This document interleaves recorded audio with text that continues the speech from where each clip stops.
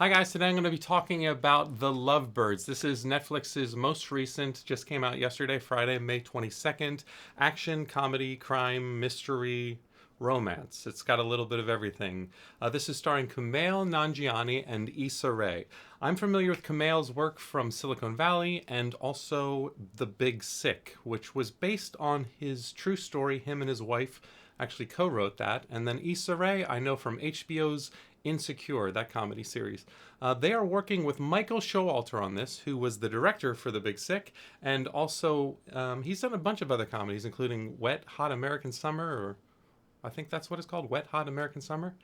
So it's exciting to see comedies. I'm always like, especially in the time of Corona, it's always like so fun to like see something lighthearted coming out, because there's been a lot of dark, heavy stuff, including obviously on the news, but there's been a lot of dark, heavy stuff coming out on Netflix in general. So I'm always down for a comedy, and this one really delivered.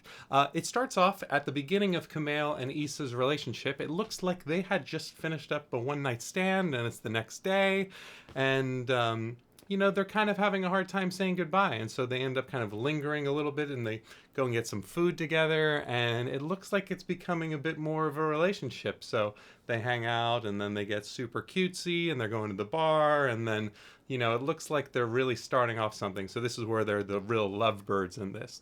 And it does seem like we're not going to be able to watch too much more of this. So thank God that the next scene we flash forward 4 years, and they're in the midst of arguing, and all of that kind of passion that they had from the beginning has now turned into petty disagreements, and they're fighting over every little thing, and they even have an argument like, how would they do on The Amazing Race, as if that's like the standard of how good a relationship is.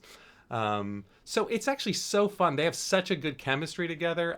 Both like as cute, and then also like it's nice to see the partnership that you've seen people that like really hate each other in films, like people have chemistry to do that, but they have like a chemistry that makes it feel like they belong together. Like this movie is really a buddy movie, and it has all of those other elements. Like it's obviously got other genre elements, and I'm not going to do any spoilers on this one, but essentially they're on their way to a dinner party, and they have an argument which turns into them looking at maybe this 4 year relationship is over and it's coming to an end.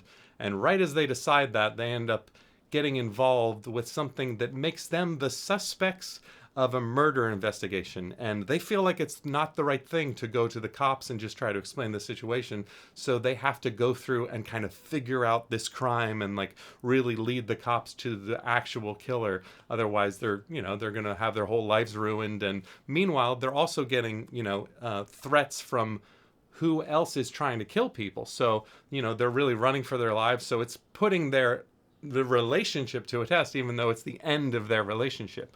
And that whole thing about the Amazing Race, it's so fun because it's obviously, and this film does a lot of these things really well, where it like references something, and then it's doing it for a certain reason. So they're doing a lot of setups and payoffs really, really well in this film.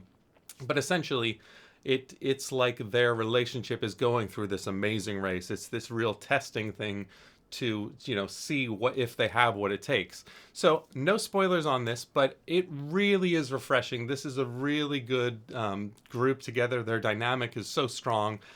I'm really excited to see films like this. I mean, it has a good heart. It's got a good pace. I was actually surprised that it started off just like a little bit slow, and that's just in comparison to me seeing a lot of films recently. I've seen films just not take their time at all. They're jumping in, and they're going right into the inciting incident and all of these different elements, just going really, really fast.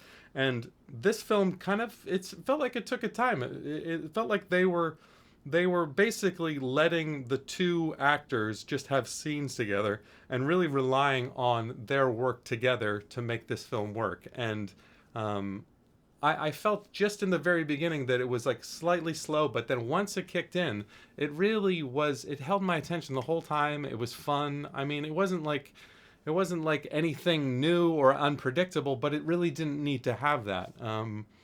Overall, the script on this was pretty solid. It felt like it felt like there was enough twists and turns, and just, really just seeing them together was just a whole lot of fun. So I would give this a B plus. I mean, this is a pretty solid comedy. It's funny.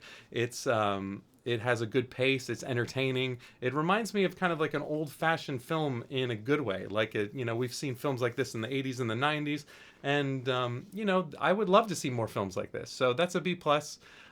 Check out the Lovebirds. I'll be coming with more reviews really soon. Talk to you guys later.